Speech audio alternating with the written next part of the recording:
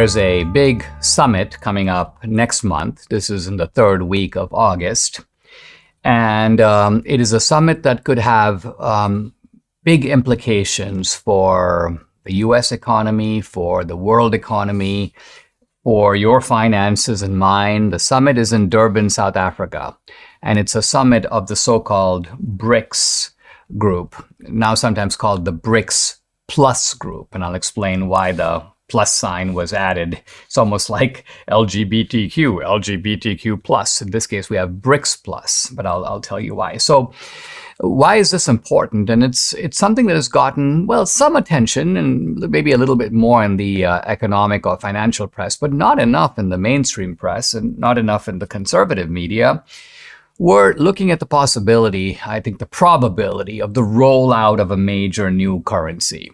So sometimes people talk about multilateralism, multipolarism, and what they're referring to generically is the fact that the United States losing its sole position as the world superpower and other powers coming up. I'm not talking about that. I'm actually talking about almost a revival of Cold Warism in the sense that the Cold War was between just two countries. Each of the countries might develop a wider orbit of allies, and in the case of the Soviet satellites, but it was a bipolar world. I'm talking about a bipolar currency world. So not a world of 10 currencies. I mean, obviously many countries will have their own currency, but we're talking here about a reserve currency. And a reserve currency is a currency that countries hold on to store their value. Think particularly of countries that don't have debts, but are in a creditor position. Money is owed to them. They have a ton of money, that's their money, but how are they going to hold it?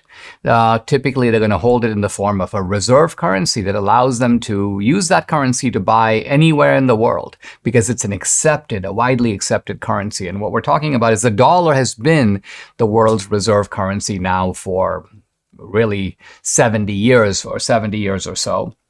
And we're talking about a rival currency that certainly at the beginning doesn't displace the dollar, doesn't get rid of the dollar, but it eliminates the dollar's monopoly as a global reserve. And all of this can happen pretty quickly, and it might be kicked off in this event I'm describing in August. So just talk a word about BRICS. BRICS, of course, stands for Brazil, Russia, India, China, South Africa.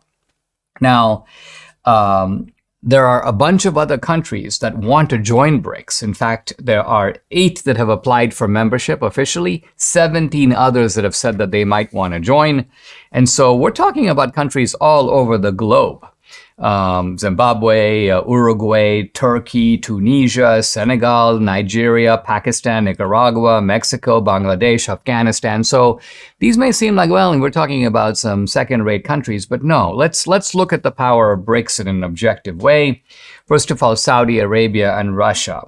So we've got two of the 3 largest energy producers in the world, the US being the third. If Russia, China, Brazil, and India are all members, you've got 4 of the 7 largest countries measured by land mass, just physically the largest.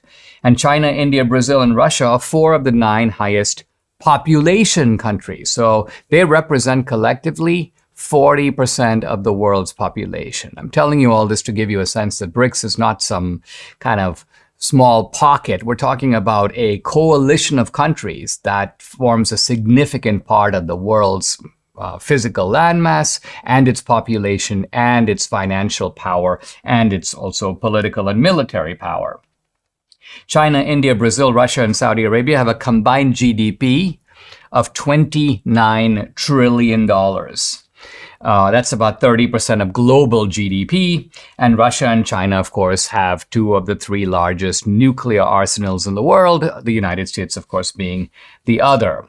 So now, why has this remarkable coalition even come together? I would argue that it's come together because the US has, at least in the perception of many of these countries, abused its dollar reserve power. And here's what I mean. When you have a global reserve currency, the rest of the world trusts you that they can store dollars and at their discretion use those dollars to buy stuff. Now, what if you decide, no, because it's my currency, it's my dollar, I own it, I'm going to tell you, no, I got sanctions against you, so you can't use my dollars anymore. Well, suddenly the guy goes, well, I've been storing my national wealth in dollars, and you're now telling me I can't use them? So this will produce a panic, a desperation, a resistance on the part of the sanctioned party. And of course, the United States has had sanctions against Iran, by itself not so significant, but now sanctions against Russia in the wake of the Ukraine war. So the Russia sanctions have really sent... The point is not just that Russia can't do business with dollars. And what does that make Russia do? Well, it makes Russia send oil to countries like India, to other countries that do business with Russia. And then guess what? Those countries turn around and sell that oil to Europe. So Europe has sanctions. They can't buy Russian oil directly, so they buy it indirectly. They buy the same Russian oil that has been transported in tankers to India and other countries and then sold to the Europeans. And the Europeans go, well, we're not buying from Russia. We're just buying from India. But the important point I want to stress, and I'll pick this up in the next segment, is that not only does the country that is sanctioned feel a sense of uneasiness, a sense of vulnerability, is going to look for alternatives to the dollar, but lots of other countries say to themselves, hey, listen, we could be next. If the United States decides that, guess what, we won't fly a transgender flag, we won't have gay marriage, we won't get rid of our laws against homosexuality, suddenly the US is going to go, you can't use our dollars. And so these countries go, this is unacceptable. You don't get to dictate the mores of the world because we all have your currency. And so interestingly, a lot of these countries think it is safer to do business with China and Russia than to rely on a currency that has been a sort of a steadfast source of reserve for many decades now, which is the US dollar. We're in economically uncharted waters. The debt ceiling crisis has come to a head now. The Biden administration wants more government spending. They've got a settlement to get the deal done. But look at our national debt. It continues to skyrocket. So how are you protecting your savings? Times like these are when concerned savers like me turn to gold. And like thousands of similar-minded people, buy my gold from Birch Gold. Here's the easiest way to do it. Birch Gold can help you convert an existing IRA or 401k into an IRA in gold. You don't pay a penny out of pocket.